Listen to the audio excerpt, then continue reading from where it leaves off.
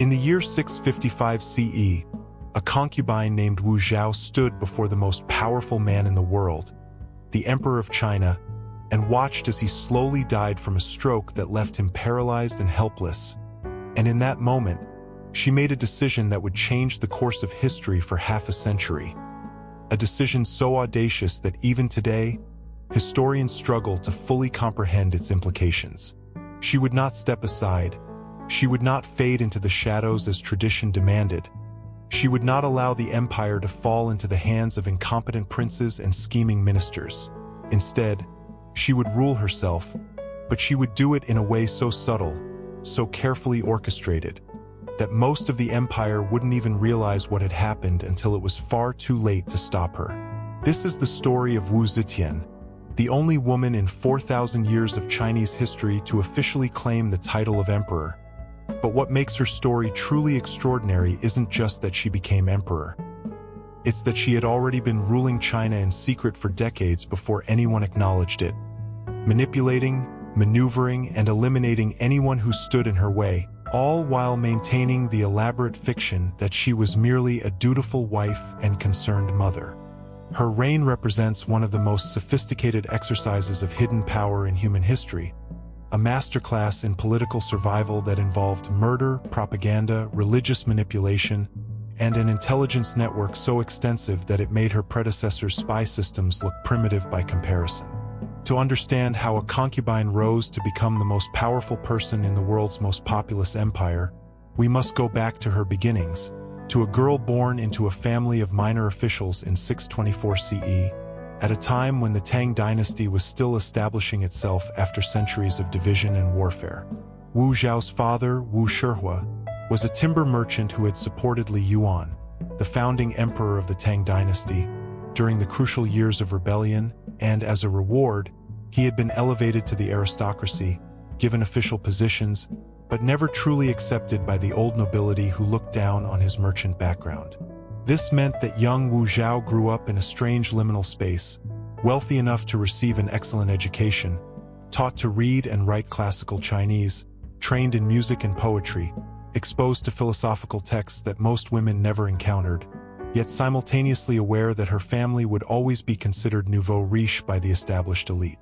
Her mother, Lady Yang, came from a more distinguished family, and she made certain her daughter understood the brutal reality of life for women in Tang China. Your value was determined entirely by the man who claimed you. Your survival depended on your ability to please, manipulate, and outlast rivals, and showing overt ambition was the fastest way to destruction. When Wu Zhao was 13 years old, her father died, and the family's social position immediately became precarious. Her half-brothers from her father's first marriage seized most of the inheritance, treating Wu Zhao and her mother with contempt, and this early experience of powerlessness and betrayal would shape everything that followed. The young Wu Zhao learned that family loyalty was a myth, that legal protections meant nothing without power to enforce them, and that the world would take everything from you unless you learned to take from it first. Then, in 637 CE, when she was just 14 years old, an opportunity arrived that would change everything. Emperor Taizong, the second Tang emperor and one of the greatest rulers in Chinese history, was selecting new concubines for his household, and Wu Zhao, despite her family's reduced circumstances, was beautiful enough and educated enough to be chosen.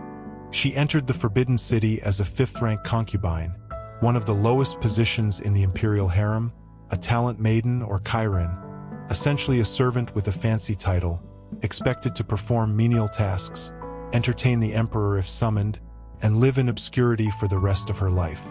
The imperial harem was not a romantic fantasy but a cutthroat political arena where hundreds of women competed for the attention of one man, where favoritism could elevate your entire family and neglect could doom them, where pregnancy was both the ultimate prize and potentially a death sentence since mothers of potential heirs were often eliminated by rivals who feared competition. Emperor Taizong, despite his reputation as a brilliant military strategist and wise administrator, was also a man who had killed his own brothers to seize the throne, who understood power in its rawest form, and who maintained thousands of concubines as both pleasure and political necessity, binding noble families to the throne through the presence of their daughters in his bed. Wu Zhao spent 13 years as Taizong's concubine, and according to most historical accounts, she never bore him any children, never achieved significant favor, never rose above that fifth rank, which seems to suggest a story of failure, but this would be a catastrophic misreading of what was actually happening. During those 13 years, Wu Zhao was learning, observing, building relationships, and understanding how power really functioned in the most secretive institution in China. She learned to read people, to identify their desires and fears, to understand the complex web of factions that divided the court, and most importantly, she learned that in a system designed to keep women powerless, the only path to influence was through men, but not in the way tradition suggested, not through sexual charm alone, which faded with age, but through making yourself indispensable, through knowing secrets, through being the person who solved problems and eliminated obstacles. And during this time, she met someone who would become the key to everything that followed. Li Ji, Taizong's ninth son, who would eventually become Emperor Gaozong. The exact nature of their early relationship remains one of history's mysteries, with some sources suggesting a romantic affair that began while Taizong was still alive, which would have been not just scandalous but criminally treasonous, while other sources suggest a more careful courtship that only developed after Taizong's death. What we know for certain is that Li Ji visited his father frequently during the emperor's final years, that he would have encountered Wu Zhao during these visits, and that something passed between them, whether genuine affection, mutual attraction, or calculated interest on her part, that would later allow her to escape the fate that awaited most imperial concubines when their emperor died.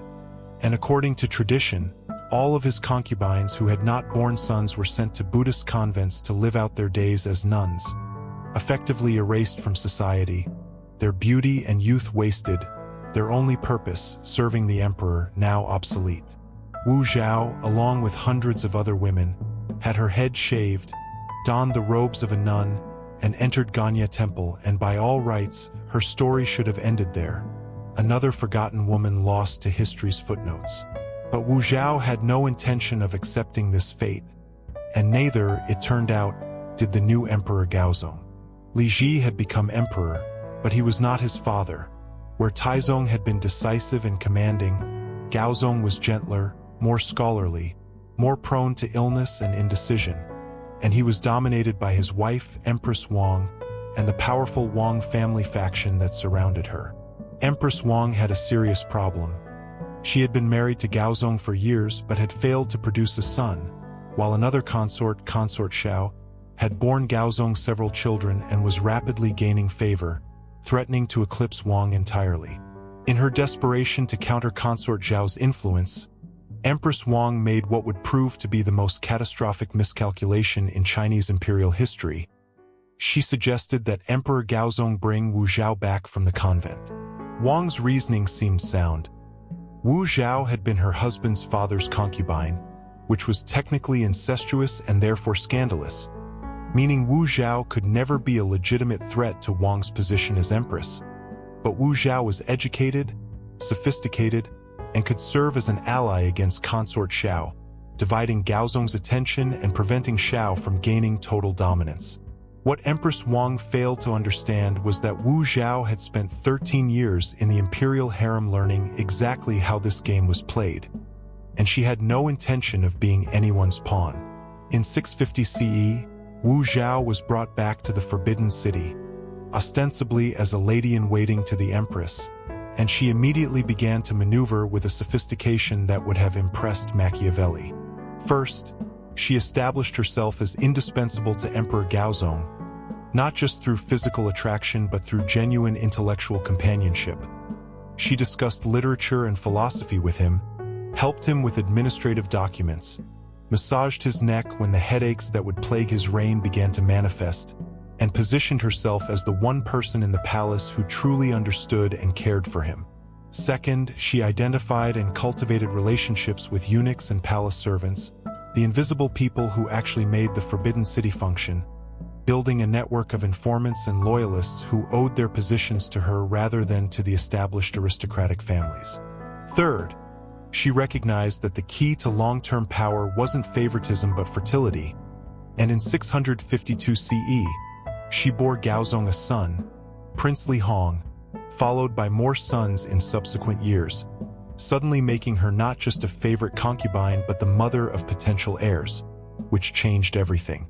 By 654 CE, just 4 years after her return from the convent, Wu Zhao had completely reversed the power dynamic that Empress Wang had tried to create.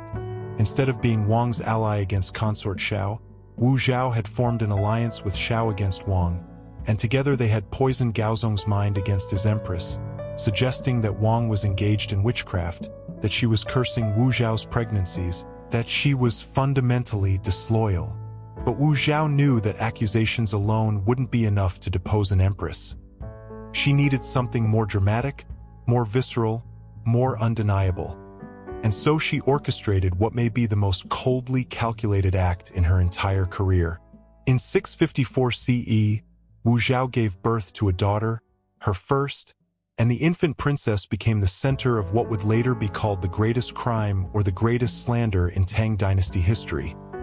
The sources disagree fundamentally on what happened next, and the truth has been debated by historians for 13 centuries.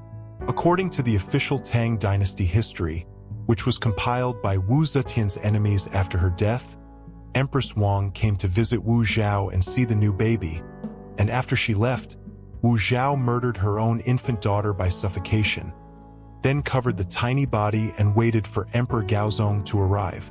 When Gaozong came to see his new daughter, Wu Zhao uncovered the baby and began screaming, accusing Empress Wang of murdering the child out of jealousy, and Gaozong, confronted with his dead daughter and his concubine's hysteria, believed the accusation. Other sources suggest the baby died of natural causes, and Wu Zhao simply exploited the tragedy, while Wu Zetian's defenders argue the entire story was fabricated propaganda created by her enemies to justify her later actions. The truth is we will never know what really happened in that room. But what we do know is the result. Emperor Gaozong was convinced that Empress Wang had murdered his daughter, and he decided to do something unprecedented. He would depose his empress and elevate Wu Zhao in her place. This was not a simple matter of imperial whim. Deposing an empress required the approval of the Grand Council, the most senior officials in the empire, and these men were uniformly opposed to the idea. The aristocratic families who dominated the Tang court were horrified by the prospect of a former concubine of the previous emperor becoming empress.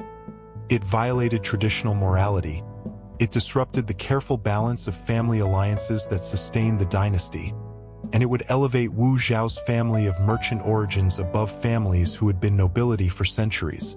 The opposition was led by the most respected statesman of the era, Chu Suiliang, who had been Emperor Taizong's most trusted advisor, and Zhongsun Wuji, Gaozong's maternal uncle and the most powerful minister in the empire. These men made impassioned speeches about tradition, about morality, about the sanctity of the imperial institution, but they made a critical error. They tried to appeal to Emperor Gaozong's reason and duty when they should have understood that Gaozong didn't want an empress who reminded him of his obligations. He wanted Wu Zhao, who made him feel powerful and understood and loved. Wu Zhao, meanwhile, was conducting her own campaign behind the scenes, and she had learned from the mistakes of previous favorites. She didn't attack the senior ministers directly, which would have been futile, but instead she began building a coalition of mid-level officials and military commanders who resented the aristocratic domination of government, who saw in her rise an opportunity for merit-based advancement, who believed that supporting her now would be rewarded later. She also cultivated relationships with Gaozong's sons from other consorts, presenting herself as a caring stepmother who wanted what was best for all the imperial children, neutralizing potential opposition from other family factions.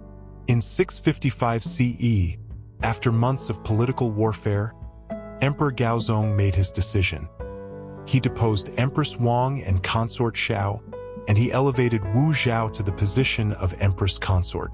The two former favorites were stripped of their ranks, imprisoned in a remote section of the palace, and eventually, though the exact timeline is disputed, they were executed in a manner so brutal that it shocked even the hardened court officials who heard about it. According to legend, Their hands and feet were cut off and they were thrown into vats of wine to slowly drown in their own blood, though more reliable sources suggest they were simply beaten to death. Whether or not Wu Zetian personally ordered this brutality or whether it was carried out by overzealous subordinates remains unclear, but what is certain is that she did nothing to stop it, and the message was clear to everyone in the Forbidden City. The new empress was not someone who forgave enemies or showed mercy to rivals.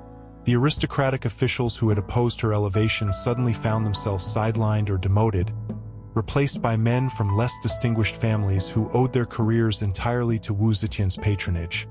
And the factional balance that had characterized early Tang politics began to shift towards something new, something more centralized, something more dangerous.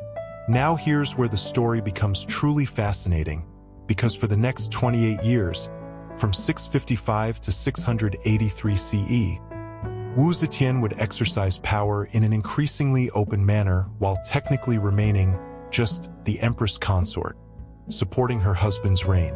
Emperor Gaozong suffered from chronic health problems that modern medical historians believe were likely recurring strokes.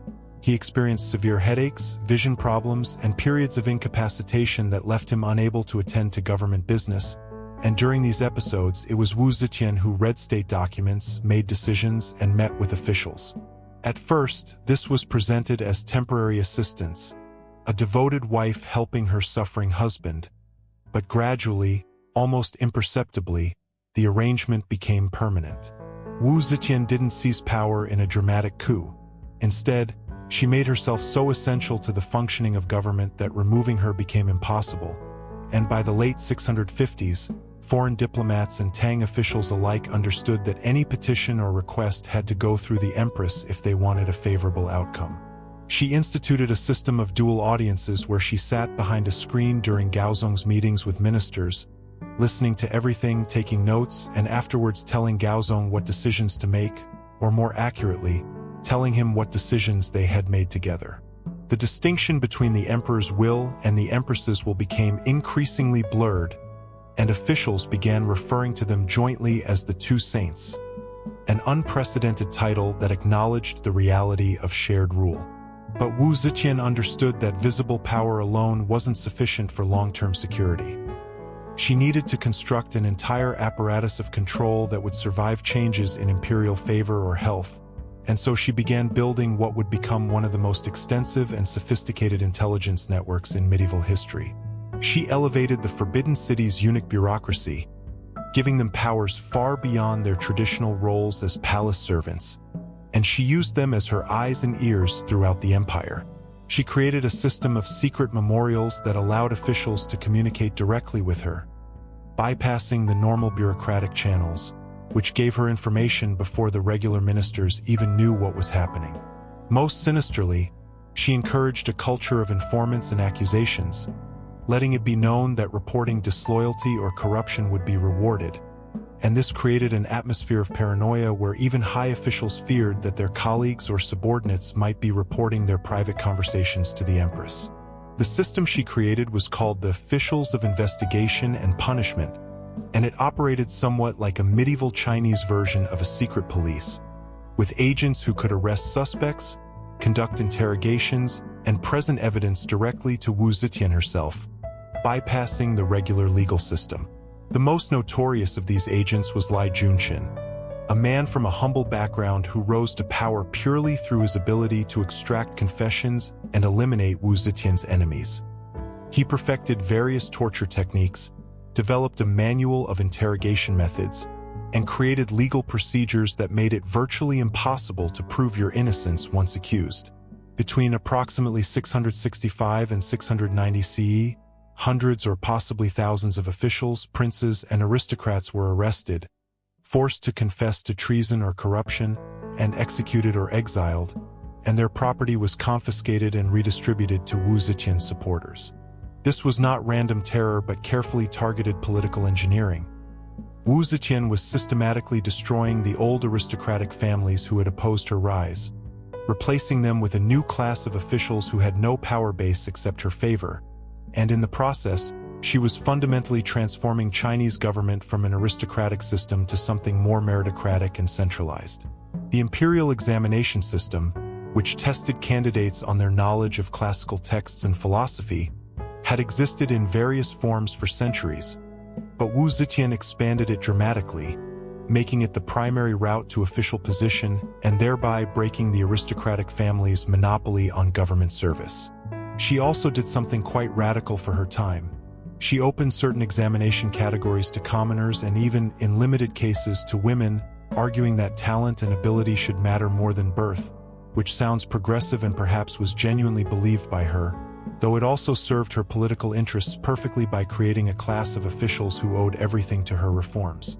Between 660 and 675 CE, Wu Zetian faced her most dangerous challenge not from external enemies, but from within the imperial family itself.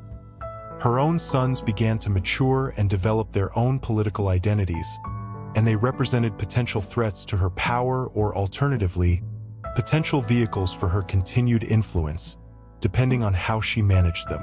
Her eldest son, Li Hong, who had been designated crown prince, was by all accounts a capable and conscientious young man who began taking on more governmental responsibilities as his father's health declined. But he also began to show disturbing signs of independence, particularly regarding Wu Zetian's harsher policies. In 675 CE, Crown Prince Li Hong suddenly died at the age of 23, officially from illness, but rumors immediately circulated that Wu Zetian had poisoned him because he had begun to challenge her authority. Some sources suggest he had advocated for the rehabilitation of certain disgraced officials whom Wu Zetian had purged, or that he had protested the continued imprisonment of two of Emperor Gaozong's daughters from his marriage to Empress Wu.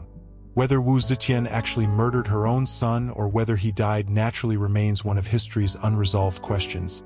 But the very fact that contemporaries immediately suspected matricide tells us how her reputation had evolved. She was now seen as someone capable of anything, willing to sacrifice anyone, including her own children, to maintain power. Her second son, Li Xian, was then made crown prince, and he proved even more problematic from Wu Zetian's perspective. He was brilliant, well-educated, and popular with officials, but he also resented his mother's dominance and began building his own faction at court. In 680 CE, evidence was conveniently discovered that Crown Prince Li Xian was plotting rebellion against his parents. Weapons and armor were allegedly found in his residence, along with correspondence with disgraced officials, and he was arrested, deposed, and exiled. Again, historians debate whether this evidence was genuine or fabricated by Wu Zetian's agents, but the pattern was becoming clear. Any member of the imperial family who showed too much independence or threatened Wu Zetian's position was eliminated, one way or another. Her third son, Li Zhe, later known as Emperor Zhongzong, was then designated crown prince, and he had learned from his brother's fates to keep his head down and show complete deference to his mother, which would ultimately allow him to survive, though not to thrive. By 683 CE, Emperor Gaozong had been functionally incapacitated for years, suffering from strokes that left him partially paralyzed and blind, and Wu Zetian had been running the empire in everything but name for over a decade. When Gaozong finally died in December 683 at the age of 55, the transition of power should have been straightforward. Crown Prince Li Zhe should have become emperor, Wu Zetian should have become Empress Dowager, and she should have gradually receded from power as widows were expected to do. But Wu Zetian had not spent 28 years building an apparatus of control just to hand it over to her son, and what happened next demonstrates both her ruthlessness and her political genius.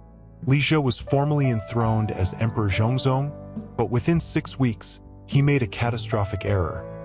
He suggested that he wanted to appoint his wife's father to a senior government position, which would have elevated the Wei family and potentially created a rival power center that could challenge Wu Zetian. The Empress Dowager responded with brutal swiftness. She convened the Grand Council, presented evidence that Zhongzong was incompetent and incapable of ruling, and had him deposed and exiled after barely a month on the throne. She then elevated her youngest son, Li Dan, to be Emperor Ruizong, but she made absolutely certain that everyone understood this was a purely ceremonial position. Ruizong would perform the ritual functions of emperor but would make no actual decisions. He would not attend court sessions alone, and he would essentially be a puppet while Wu Zetian, as Empress Dowager, wielded all real authority. This arrangement lasted for 7 years, from 683 to 690 CE, during which Wu Zetian ruled China in her son's name, but she was growing increasingly frustrated with the fiction. Why should she exercise all the power but receive none of the recognition? Why should her achievements be attributed to incompetent sons rather than to herself? And why should the greatest empire on earth be ruled by a woman who had to pretend she was merely advising her son rather than commanding in her own right? The answer to these questions would come in one of the most audacious political moves in Chinese history. In 688 CE, a Buddhist monk named Shui Huai, who was almost certainly acting on Wu Zetian's instructions, discovered an ancient Buddhist text called the Great Cloud Sutra, which conveniently prophesied that a reincarnation of Maitreya Buddha would appear as a woman and rule as a universal monarch, bringing enlightenment and prosperity to the world. Wu Zetian immediately seized on this prophecy, commissioning hundreds of copies of the text to be distributed throughout the empire, building Buddhist temples to house the sutra, and beginning a sustained propaganda campaign arguing that she was, in fact, the fulfillment of this prophecy. Buddhism had been growing in China for centuries, competing with traditional Confucianism, and Confucian scholars were generally conservative and opposed to female rule. So by positioning herself as a Buddhist monarch rather than a Confucian one, Wu Zetian was attempting to bypass the ideological objections to her rule. She commissioned massive Buddhist construction projects, including the famous Longmen grottos where a giant Buddha statue was carved with her face. She took Buddhist names and titles, and she began arguing that the Tang Dynasty had completed its mandate from heaven and should be replaced by a new dynasty, the Zhou Dynasty, with herself as its founding emperor. Between 688 and 690, Wu Zetian orchestrated an elaborate performance of reluctance and destiny. First, thousands of officials, generals, monks, and commoners signed petitions begging her to assume the throne directly, claiming that heaven had chosen her and the people needed her leadership. Second, various auspicious omens were reported throughout the empire. Unusual clouds, animals behaving strangely, ancient texts being discovered, all interpreted as signs that Wu Zetian should become emperor. Third, Emperor Ruizong himself petitioned his mother to take the throne, arguing that he was unworthy and she was clearly heaven's chosen ruler. This was all theater, of course, carefully orchestrated by Wu Zetian's propaganda apparatus, but it served a crucial function. It allowed her to claim that she hadn't seized power through force or ambition but had reluctantly accepted it in response to overwhelming popular demand and divine will. On October 16, 690, Wu Zetian formally declared herself Emperor of China, changed the dynasty name from Tang to Zhou, and became the first and only woman in Chinese history to rule in her own name with the full imperial title. She was 66 years old, and she had been maneuvering toward this moment for 40 years. The official histories, written by her enemies after her death, portray the next 15 years of her rule as a reign of terror, characterized by purges, paranoia, and moral corruption. But this is almost certainly exaggerated Confucian propaganda designed to discredit the legitimacy of female rule. The reality appears to be more nuanced. Wu Zetian's reign as emperor, from 690 to 705, was characterized by continued centralization of power, expansion of the examination system, relatively competent administration, and successful management of China's borders against nomadic threats, but also by continued use of harsh tactics against anyone who challenged her authority. The purges that had begun in the 680s continued into the 690s, with hundreds more officials executed or exiled on charges of treason, but many of these victims were members of the Tang imperial family or old aristocratic families who genuinely did oppose her rule and plot against her, so the line between legitimate state security and paranoid tyranny is difficult to draw from this historical distance.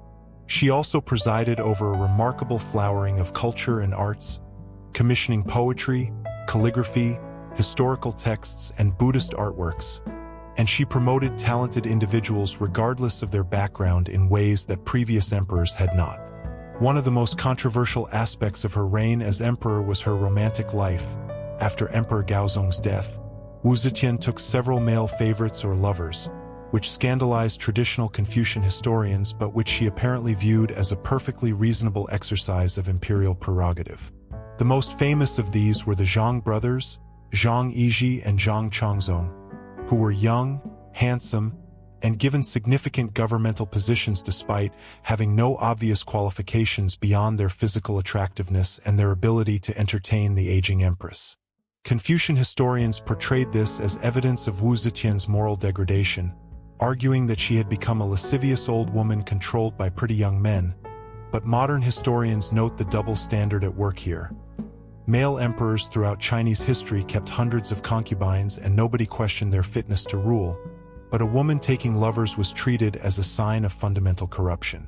More substantively, there's little evidence that the Zhang brothers actually made policy decisions. They were favorites who received titles and wealth, but Wu Zetian continued to control the apparatus of government herself, meeting with officials daily, reviewing memorials, and making the crucial decisions about military campaigns, tax policy, and administrative appointments. As Wu Zetian aged into her 70s, the question of succession became increasingly urgent. She had deposed the Tang Dynasty and founded her own Zhou Dynasty, which implied that succession should pass to someone from the Wu family, her birth family, rather than returning to her sons who were members of the Li family, the Tang imperial house. Her nephews from the Wu family began maneuvering for position, arguing that they should inherit the throne. But this presented Wu Zetian with an impossible dilemma. If she designated a Wu family member as heir, she would be betraying her own sons and ensuring that after her death, the Li family would rebel and plunge the empire into civil war. But if she designated one of her sons as heir, she would be effectively admitting that her Zhou dynasty was meaningless and that power would return to the Tang after her death. For over a decade, she delayed making a final decision, allowing different factions to hope and compete while she maintained control. By 705 CE, Wu Zetian was 80 years old and finally beginning to show serious signs of decline. She was suffering from various illnesses, spending more time in her private chambers, and increasingly relying on the Zhang brothers to screen visitors and control access to her person. A group of senior officials and generals, led by Zhang Jianji and backed by Prince Li Xian, her third son, the former Emperor Zhongzong whom she had deposed 22 years earlier, decided that the time had come to act before Wu Zetian died and the succession question provoked a civil war. In February 705, these conspirators organized a coup, not against Wu Zetian herself but against the Zhang brothers, whom they portrayed as corrupt favorites who were isolating the empress from her loyal officials. They broke into the palace, killed the Zhang brothers, and confronted Wu Zetian in her chambers, demanding that she abdicate and restore her son to the throne. The empress, old and sick and probably exhausted after 50 years of constant political warfare, agreed. She formally abdicated, Zhongzong was restored as emperor, and the Tang Dynasty was reinstated, bringing the brief Zhou Dynasty to an end. Wu Zetian was given the title Empress Dowager and allowed to live in comfortable retirement in the Shangyang Palace, and 10 months later, in December 705, she died at the age of 81. The aftermath of Wu Zetian's death reveals the complexity of her legacy and the sustained attempt by Confucian historians to erase or discredit her achievements. Emperor Zhongzong, once restored, faced intense pressure from traditional officials to condemn his mother's reign, to reverse her policies, and to punish officials who had supported her. But he actually resisted this pressure for several years, apparently recognizing that his mother, whatever her methods, had been a capable administrator who had maintained stability and prosperity. His widow, Empress Wu, even tried to imitate Wu Zetian's path to power, using similar methods of factional politics and attempting to rule through her son, but she lacked Wu Zetian's political genius and was quickly overthrown and executed.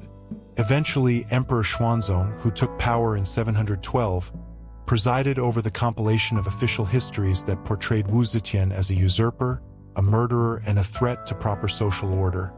And for the next 13 centuries, this negative interpretation dominated Chinese historiography. The Old Book of Tang and New Book of Tang, the official dynastic histories, describe her as ruthless, cunning, and immoral, emphasizing the executions and purges while downplaying her administrative achievements. And they explicitly argue that her reign proves the dangers of allowing women into politics. But here's what these hostile sources cannot hide. Even as they try to condemn her, Wu Zetian ruled China, either directly or indirectly, for over 50 years, presiding over a period of relative stability and prosperity. She expanded the civil service examination system in ways that made Chinese government more meritocratic and less dominated by birth and family connections.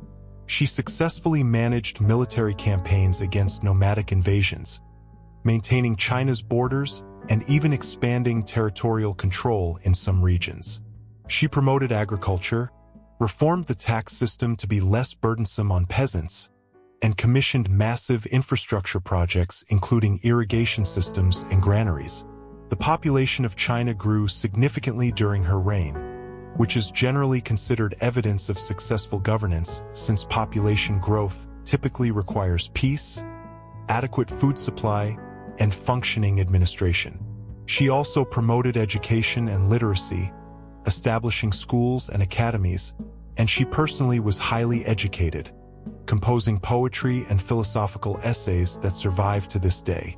So why was she so systematically vilified by later historians if she was actually a competent ruler? The answer reveals more about Confucian ideology than about Wu Zetian herself.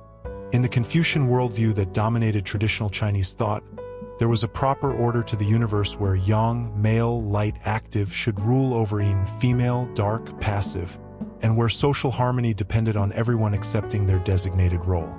Women who sought political power weren't just breaking social conventions, they were violating cosmic order, threatening the fundamental structure of civilization, and bringing potential disaster through their disruption of natural hierarchy.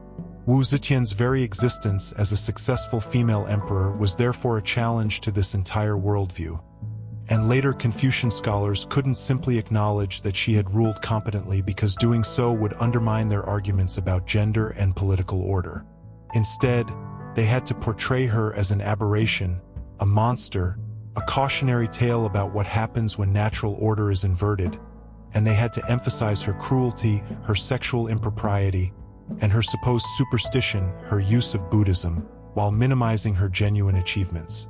Modern historians, working with the same sources but freed from these ideological constraints, have begun to reassess Wu Zetian's legacy, and the emerging picture is of a ruthless but highly capable politician who used the tools available to her, cunning, alliances, propaganda, and yes, violence, to achieve and maintain power in a system designed to exclude her. She was certainly responsible for the deaths of hundreds of people who were executed as her political enemies, and some of these executions were unjust or excessive, but it's worth noting that male emperors who killed rivals and purged opponents are typically described in history as maintaining order or consolidating power rather than as monsters. She used torture and forced confessions to eliminate enemies, which is morally repugnant, but again, these methods were standard practice for Chinese imperial administration before, during, and after her reign. What made them scandalous was that a woman was ordering them. She took lovers in her old age, which Confucian historians treated as evidence of her depravity, but male emperors maintained harems of hundreds or thousands of concubines throughout their lives, and this was considered normal. The double standard is so blatant that it's almost comical, except that it successfully shaped Chinese and global understanding of Wu Zetian for over a millennium. Perhaps the most remarkable aspect of Wu Zetian's story is not that she achieved power, but that she maintained it for so long in a system with so many obstacles to female authority. She had to be smarter, more ruthless, more politically adept, and more constantly vigilant than any male emperor because she lacked the automatic legitimacy that gender provided to men. She couldn't afford a single major failure because any mistake would be attributed to her sex rather than to individual incompetence. She couldn't rely on family networks the way male emperors did because traditional family structures gave women no independent power base. And she couldn't even be confident of her own son's loyalty because they were also potential rivals who might turn against her. that she navigated this impossible maze for 50 years, dying peacefully in her bed at age 81 rather than being assassinated or deposed violently, is perhaps the strongest evidence of her political genius. Her legacy in China remains deeply contested even today. In the Mao era, she was sometimes celebrated as a proto-revolutionary who challenged feudal aristocracy and promoted merit over birth, which fit communist ideology's emphasis on class struggle. In the post-Mao period, as China has become more open to feminist discourse, some scholars have reclaimed her as an early example of female political capability. But conservative voices, both in China and in the broader Confucian cultural sphere, continue to view her as a cautionary tale about the dangers of women in power. The 2014 Chinese television series, The Empress of China, which portrayed Wu Zetian sympathetically, was temporarily banned by censors who objected to its depiction of her rise to power, suggesting that her story still provokes anxiety about gender and authority. In the Western world, Wu Zetian remains relatively unknown compared to figures like Cleopatra or Elizabeth I, partly because Chinese history in general receives less attention in Western education, and partly because her story is so complex and so tied to specifically Chinese institutional contexts that it's difficult to reduce to simple narratives. But for those willing to engage with her story's complexity, Wu Zetian offers a fascinating case study in how power actually works, how gender shapes political possibilities, how individuals can manipulate institutions designed to exclude them, and how historical memory is constructed and contested. She was not a feminist hero in any modern sense. She had no interest in improving the position of women generally. She used other women ruthlessly when necessary, and she would likely have been baffled by the idea that her personal success should be connected to broader gender equality. But she was undeniably brilliant, undeniably capable, and undeniably successful at the most difficult political game imaginable. And the fact that Confucian historians had to work so hard to discredit her after her death is perhaps the strongest testament to how threatening her success was to traditional gender hierarchies. When we strip away the layers of propaganda and moral condemnation that have accumulated around her story, what remains is this: a girl from a minor family of merchant origins, educated but powerless, entered the Forbidden City as a low-ranking concubine and through sheer force of intelligence, determination, and political skill, transformed herself into the most powerful person in the world's most populous empire. She ruled for half a century, maintained stability and prosperity, expanded meritocratic government, commissioned great works of art and architecture, and died peacefully in old age, having achieved something that no other woman in 4,000 years of Chinese history managed to accomplish. The methods she used to achieve this were often brutal, sometimes monstrous, occasionally inspired, and always fascinating, and they reveal fundamental truths about power that remain relevant today. That institutions designed to exclude certain groups can sometimes be manipulated from within by sufficiently talented individuals, that perceived weakness can be transformed into hidden strength, that the difference between a tyrant and a strong ruler often depends more on the gender and legitimacy of the ruler than on their actual policies, and that history is always written by someone with an agenda. Wu Zetian understood all of this intuitively, and she played the game better than almost anyone in history, which is why her story continues to fascinate, provoke, and disturb us more than 13 centuries after her death. Wu Zetian understood all of this intuitively, and she played the game better than almost anyone in history, which is why her story continues to fascinate, provoke, and disturb us more than 13 centuries after her death. But to truly appreciate the magnitude of her achievement, we need to understand not just what she did, but what the world she navigated actually looked like, what alternatives existed for women in her position, and how completely unprecedented her path to power really was. In 7th century China, the options available to women, even women born into relatively privileged circumstances, were staggeringly limited compared to the opportunities available to men of equivalent social standing.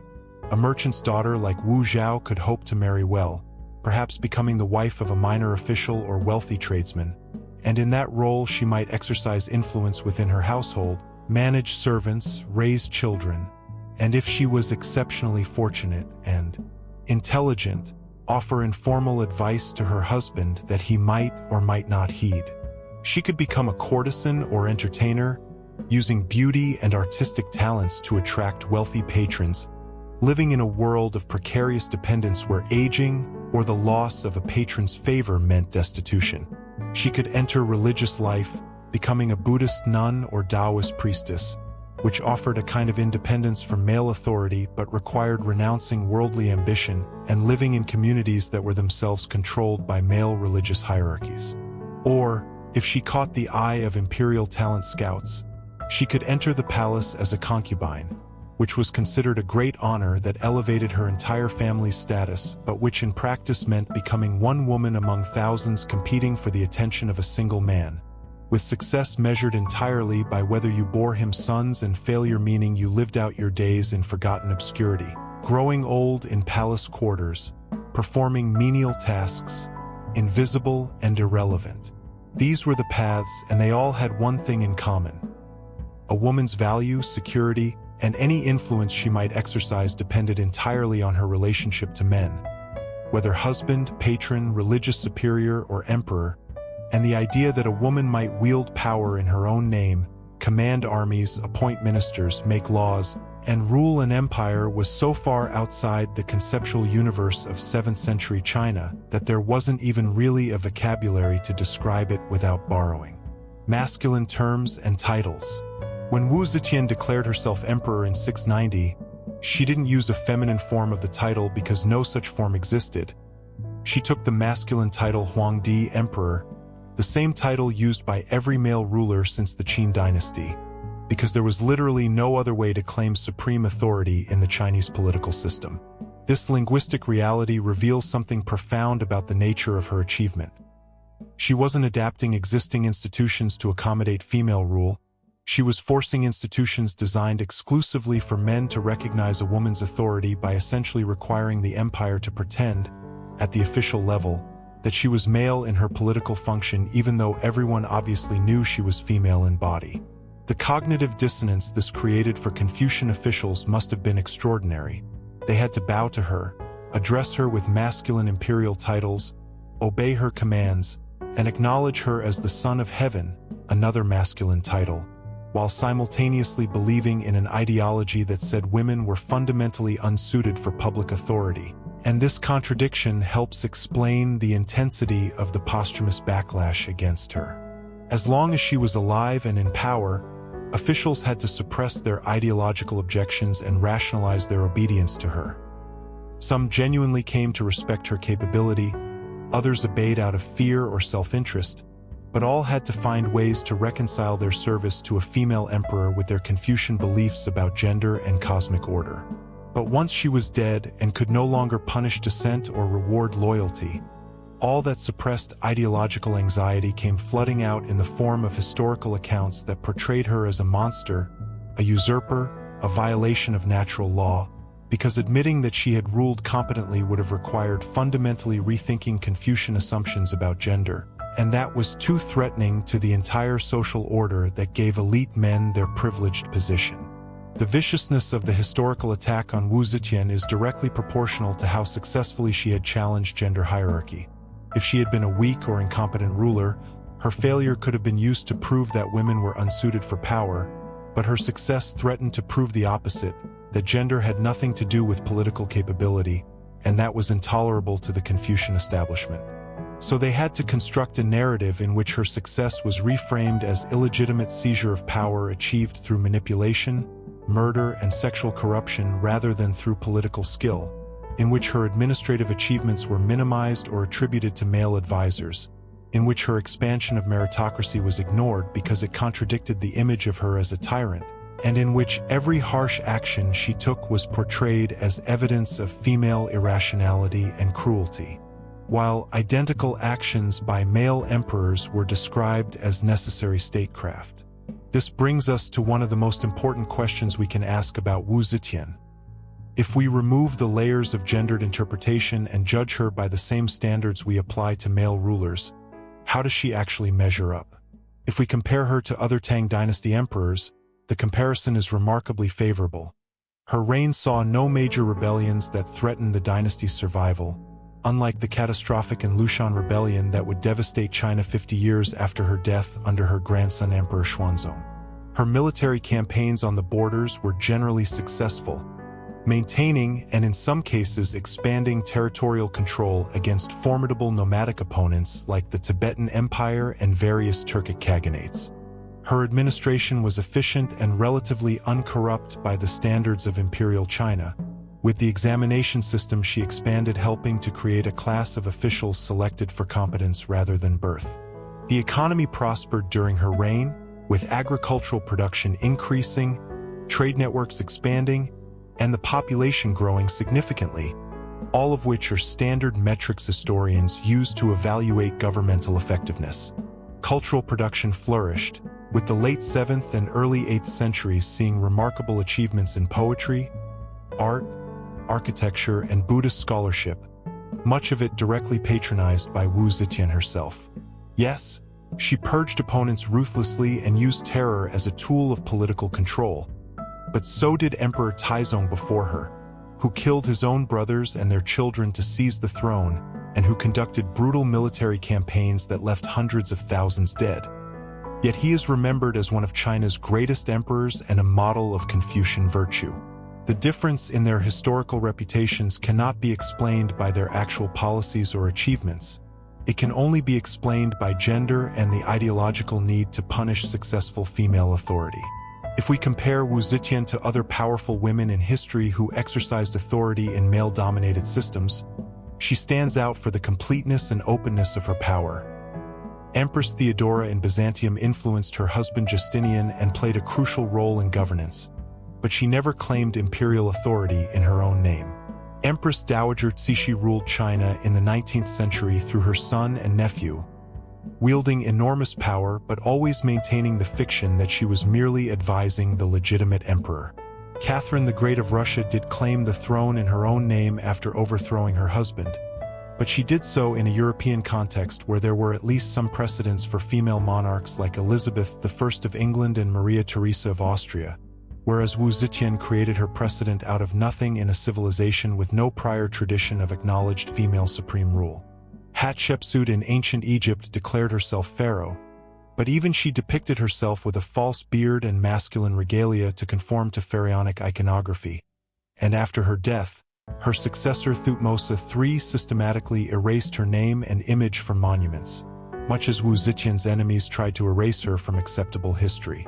What all these women share is the experience of having to be exceptional to achieve what mediocre men could claim by birth, of having to navigate systems designed to exclude them while maintaining those systems' loyalty, of exercising power while constantly defending their right to do so, and of facing posthumous attempts to diminish or discredit their achievements. But Wu Zetian went further than almost any of them in actually claiming male titles and roles rather than finding feminine alternatives, in ruling openly rather than through proxies, and in maintaining power for decades rather than brief periods. Another dimension of Wu Zetian's story that deserves closer examination is her relationship with Buddhism and how she used religion as a political tool to bypass Confucian objections to female rule. This was genuinely innovative political strategy that reveals her sophisticated understanding of ideology and legitimacy.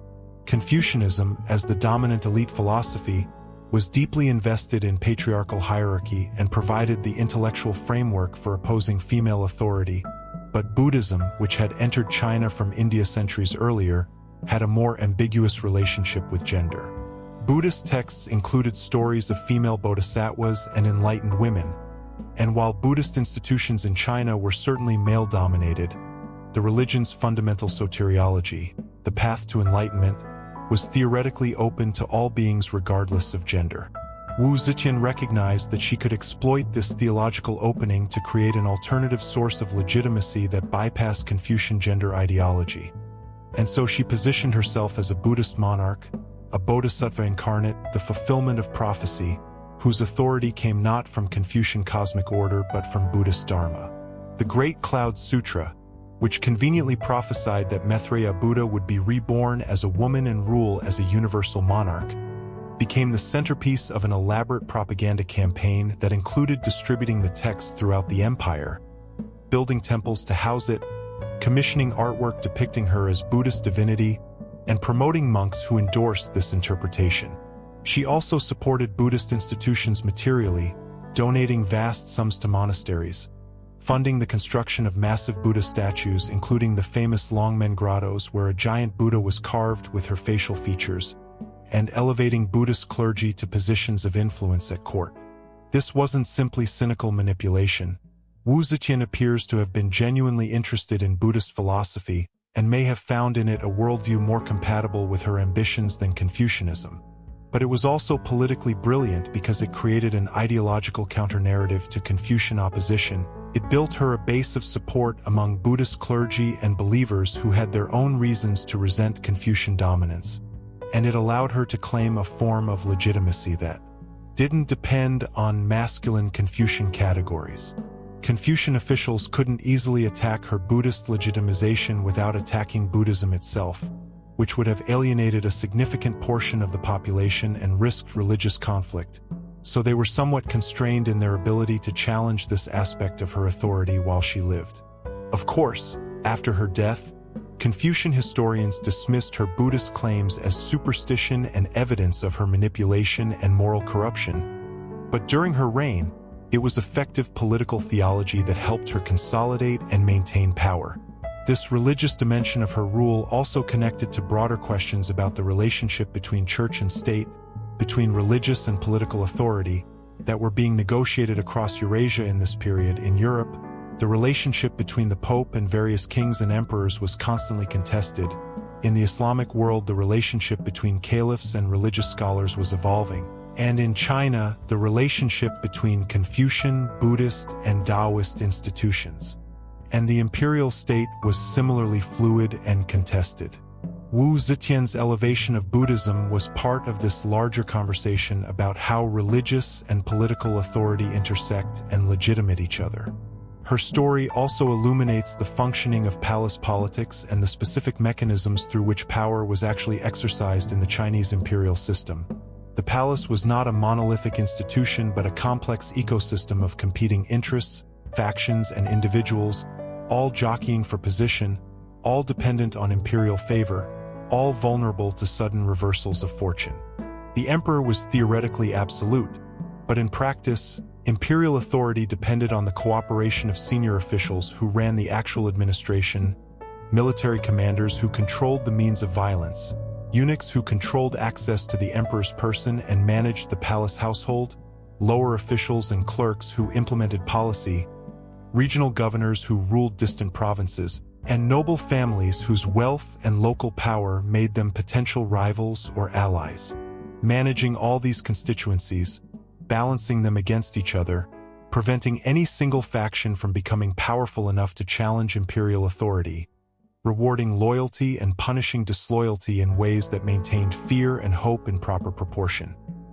This was the actual work of ruling, and it required constant attention, accurate information, good judgment about character, strategic thinking about long-term consequences, and willingness to act ruthlessly when necessary. Wu Zetian excelled at all of this, which is why she maintained power for 50 years in an environment where most rulers faced constant threats from rival factions, rebellious generals, resentful nobility, or family members who wanted the throne for themselves. Her intelligence network, her strategic use of terror to deter opposition, her expansion of the examination system to create officials who owed their positions to her rather than to aristocratic families, her cultivation of eunuch bureaucracy as a counterweight to Confucian officials, her promotion of military commanders from non-aristocratic backgrounds who depended on her for advancement, her manipulation of her sons to keep them dependent and non-threatening.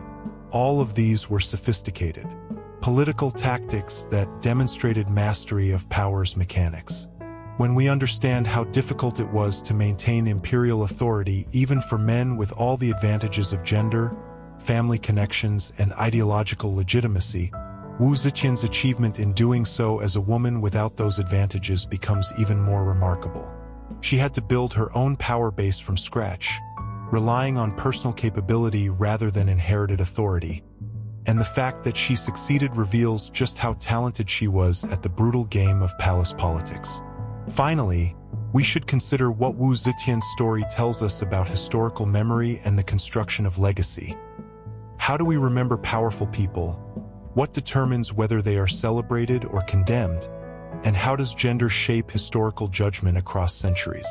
Wu Zetian's posthumous reputation went through several distinct phases. Immediately after her death, there was a period of relative restraint where her son Emperor Zhongzong and some officials who had served her resisted the most extreme attempts to condemn her completely. Then under Emperor Xuanzong, the official histories were compiled that established the dominant negative narrative of her as a usurper and tyrant, and this interpretation became orthodox for centuries, repeated in countless texts, dramas, and popular stories that portrayed her as a villain.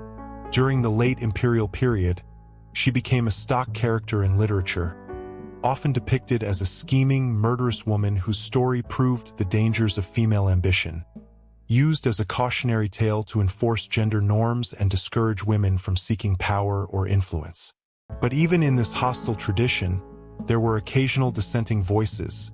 Some historians noted her administrative competence, some literary works portrayed her with more sympathy or complexity, and her story retained a certain fascination even for those who officially condemned her, perhaps because her success was so extraordinary that it couldn't be completely suppressed.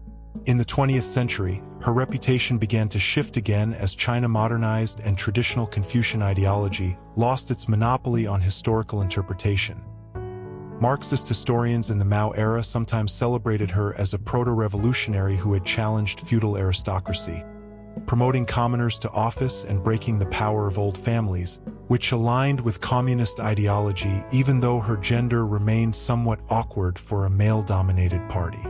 Feminist scholars, both in China and internationally, began reclaiming her as an example of female capability and critiquing the obvious gender bias in traditional historiography, arguing that she deserved to be evaluated by the same standards as male emperors rather than held to impossible standards of female virtue. Popular culture has also rediscovered her, with numerous films, television series, novels, and other works exploring her story from various angles, some depicting her sympathetically as a brilliant woman navigating an impossible situation, others portraying her as a complex anti-hero, still others maintaining the traditional villainous interpretation but with more psychological depth. What's striking about this evolution is how much it reveals about changing attitudes toward gender and power. As societies become more open to female authority, Wu Zetian's story is reinterpreted more favorably, and as gender traditionalism reasserts itself, her story is weaponized to argue against female leadership. Her legacy is not fixed but constantly reconstructed to serve contemporary political and ideological purposes, which is true of all historical figures but perhaps especially true of those whose lives challenged fundamental social categories. The fact that we're still arguing about Wu Zetian 13 centuries after her death, that her story still provokes strong reactions, that she can be claimed as hero or villain depending on one's ideological commitments, all testify to the enduring power of her challenge to gender hierarchy and the continuing relevance of questions about women, power, and how we judge female authority differently from male authority. In the end, Wu Zetian's story is not just about one extraordinary woman in 7th century China, it's about how power actually works beneath the surface of official ideology, about how individuals can sometimes bend institutions to purposes those institutions were designed to prevent, about how gender shapes every aspect of political life from the possibilities available to us to how our actions are judged by history, and about how the stories we tell about the past are always shaped by the politics of the present. She was ruthless, brilliant, capable, and successful, and she achieved something unprecedented by becoming the only woman in 4,000 years of Chinese history to rule openly as emperor in her own name, maintaining that position for 15 years and wielding actual power for half a century. Whether we judge her as hero or villain says more about our own values and anxieties about gender and authority than it does about her. And perhaps the most honest assessment is simply this: she played the game of power better than almost anyone in history. She won that game against impossible odds, and the fact that the game was rigged against her from the start makes her victory all the more extraordinary.